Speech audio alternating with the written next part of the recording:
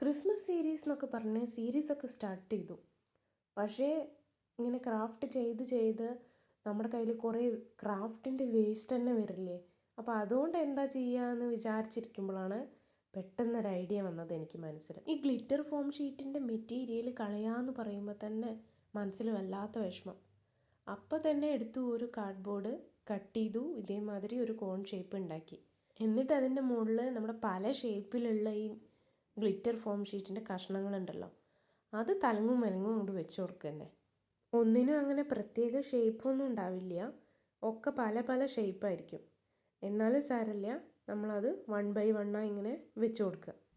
ഇത് ചെയ്തുകൊണ്ടിരിക്കുമ്പോൾ ഇതിൻ്റെ റിസൾട്ട് എന്താവും എന്നുള്ള ഒരു കൺഫ്യൂഷൻ ഉണ്ടായിരുന്നു. പക്ഷേ ചെയ്ത് കഴിഞ്ഞപ്പോൾ ഫൈനൽ റിസൾട്ട് നന്നായിട്ടുണ്ടായിരുന്നു. എങ്ങനെയുണ്ടെന്ന് എല്ലാവരും ഇത് കണ്ടിട്ട് അഭിപ്രായം പറയണേ.